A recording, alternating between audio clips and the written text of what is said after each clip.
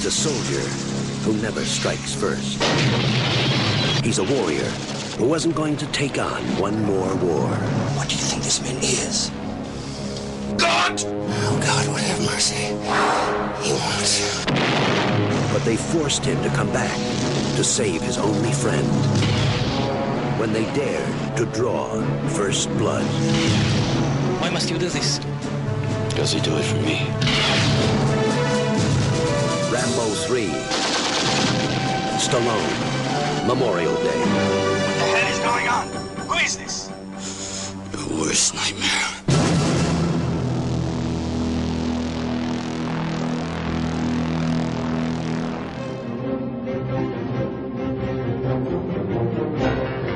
Hello everyone and welcome once again to Geekfest Rants.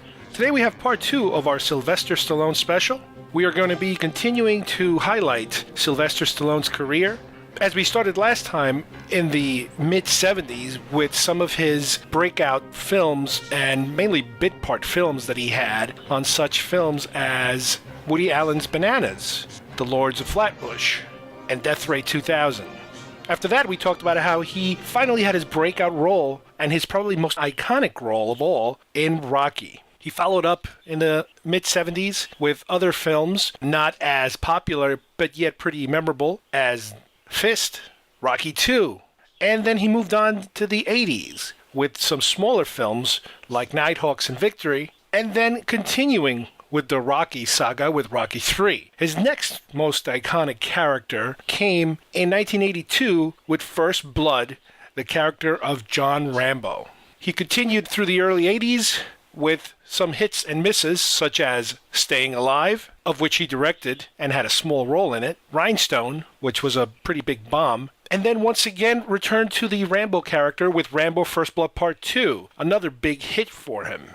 Right after that, he followed up once again with another Rocky film, Rocky IV. Now as we move to the mid-80s, we're going to be discussing some of the films that he is going to tackle. So joining me once again is Steve Avona, and let's continue where we left off on our last installment of our Sylvester Stallone special. In 1986, he follows it up with Cobra. Yeah! Cobra is a guilty pleasure. I think it's a trash classic. You have Stallone playing basically sort of a Super Cop, sort of a little bit of a take on Rambo. Well, it's almost like he's trying to recreate the over-the-top popularity and adventure kind of a presentation. Okay, I did it with boxing. Rambo started as a strictly dramatic piece, and then it became something bigger, an iconic pop character. He did it with Rambo, right. And now it's almost like, okay, we got to now do it with a cop. We got to create the super cop with the super villains and the super this, And as bad as this movie is, I kind of like it too. It's, like you said, definitely a guilty pleasure. I think you hit upon it. This was definitely his attempt to create a third franchise. Right. Yeah. I kind of think that maybe by this time he had kind of thrown in the towel as far as taking risks and being a dramatic actor and what have you. I think he was embracing the action hero mold that he was cast in, and he said, you know what, it wouldn't hurt to have another franchise. Rocky's petering out, Rambo's still big, let's have another one. And he's a super cop against super villains, and the story is just completely ridiculous. And he's using his Rambo director, George Cosmatos, who he can just boss around. And it's the same thing. And the action is, again, it's completely ridiculous. It's almost like Nighthawks, on speed. Yeah, well, Nighthawks was a serious cop film. That's the difference. Yeah, it managed to stay serious. This one is over the top. Yeah, and while we're using the phrase over the top, that's the film. Oh, wow. Talk about no pun intended. That's the film that comes next.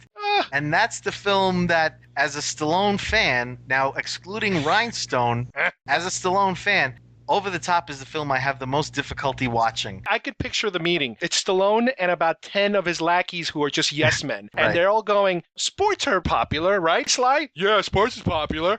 Well, what sports, and even if you could call it a sport, do you think filmmaking has not tapped into? And everybody looks at each other and Sly goes, arm wrestling? And the rest of them go, yeah, you got it, boss. You're number one. Well, just like Lucas, Stallone had a lot of yes men. I believe the second thing they were going for was thumb wrestling, but Yeah, Stallone maybe. thought that was a little too much. Right. Well, here's the thing.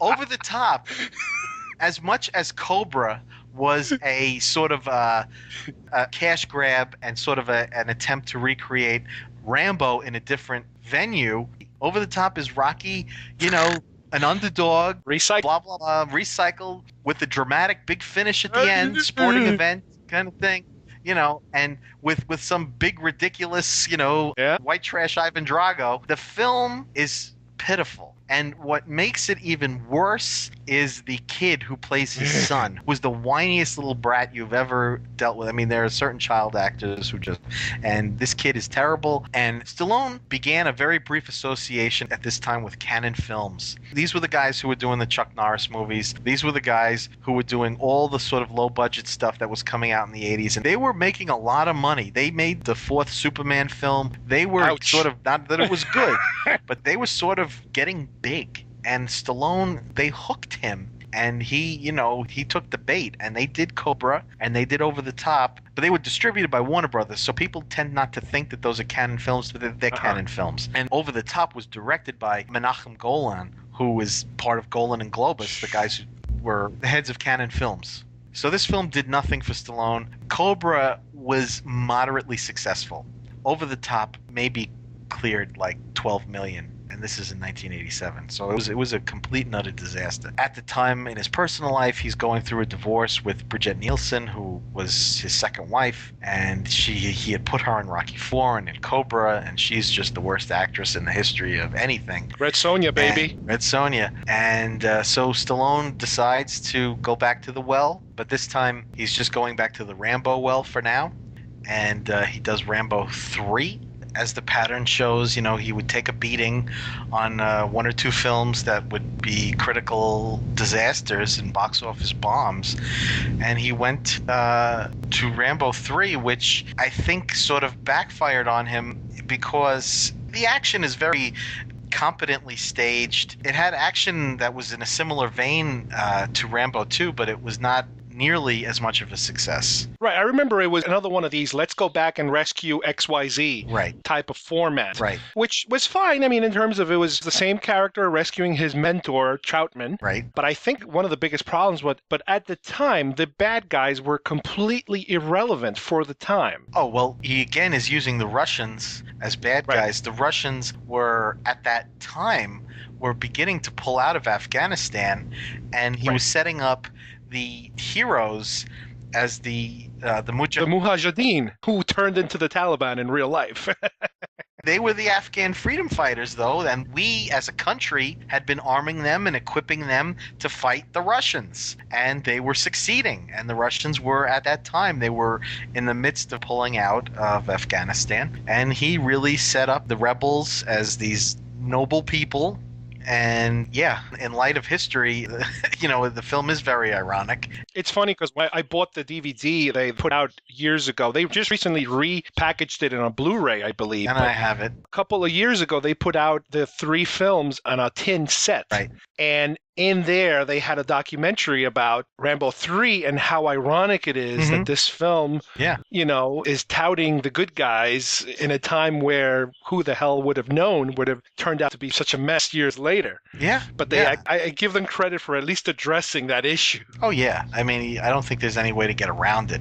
I mean, I can still watch the film and enjoy it on a completely non-political level. Right. I don't look at his films in that light, so I don't really care. I do think it's pretty funny. Rambo 3, though, came out in 1988 and maybe scraped together about 50 million, which when you had the second one making 150 million and the third one making 50 million, and I mean, it was considered somewhat of a marginal hit. Plus, I heard it was very expensive to shoot. Oh, absolutely. I heard at the time it was a very, everybody was like, ooh, can it ever recoup its money? Yeah. And I don't know if it ever did initially. Yeah, I mean, it was kind of considered Stallone's folly at the time because the original director, which a lot of people don't know was Russell Mulcahy, who's Ooh, Stallone. I know that name. Who's Stallone? Well, I love Highlander, so I know that name. But Stallone fired him about 12 days into the shoot and replaced him with a man by the name of Peter McDonald, who was a cinematographer and a second unit director. So you know who directed that film. Alan Smithy? Yeah. So yeah, it really kind of petered out the Rambo saga. You get what you pay for. In other words, you're not getting First Blood Rambo here. You're getting First Blood Part 2 Rambo. Yeah.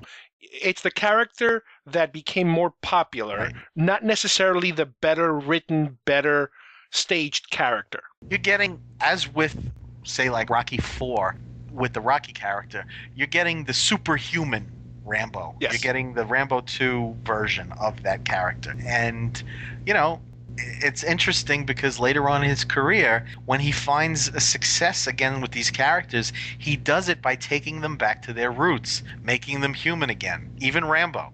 But at this time, he's still kind of steeped in that 80s musclehead sort of way of doing things. And, he's competing with Schwarzenegger and all these other guys who are looking to knock him off. And, so that was where his mind was at the time. Let me give you a little trivia fact that you might already know. The original Rambo film was based on a novel that was written years before the film was ever made. Right. And the ending of the novel is very different than the ending of the film. Oh, yeah. The ending of the novel, yeah. the character actually dies. He Committed dies. suicide. He gets killed. Yeah. Right. Now, obviously, you have a situation where the movie did not follow the novel to its complete true ending. However, when they made the tie-in, the novelization of the films back then, where they were very popular in the 80s, not so much anymore, they hired the original writer of First Blood, David Morrell, to write the tie-ins of Rambo 2 and Rambo 3, which is a bizarre flip of everything, because I don't know if that's ever happened before. Well, I know that David Morrell, the author of First Blood, does not hold any sort of grudge against Stallone for changing the ending of his novel. If anything, he's very sort of complimentary of him and what he's done for the character, kind of bringing him to this wider audience. And it should be noted, which I'm sure you're aware of, they shot the suicide ending for First Blood. And it's in one of the extras. It's in one of the DVD extras. So they were toying with the idea of going with that. And I'm not sure, I can't speak to Stallone's mindset at the time, whether or not he thought that this character might have some juice to go on for sequels and say, well, maybe we shouldn't kill him. But they went with the ending that we all know. I think Stallone was sort of grateful to him for creating this character and gave him more work. But he was the guy. At the time, we would have thought that would have pretty much ended the Rambo series. And it actually did for a very long time. Yep. After Rambo, Stallone once again tries to kind of reinvent himself a little bit. I don't know if he's chasing those franchises anymore. Or if maybe he's doing a couple of one-shot deals in terms of let's make some money and work on our next big franchise down the road. But tell us about Lockup. Lockup, which I think also sort of has a little bit of a similarity to The Longest Yard.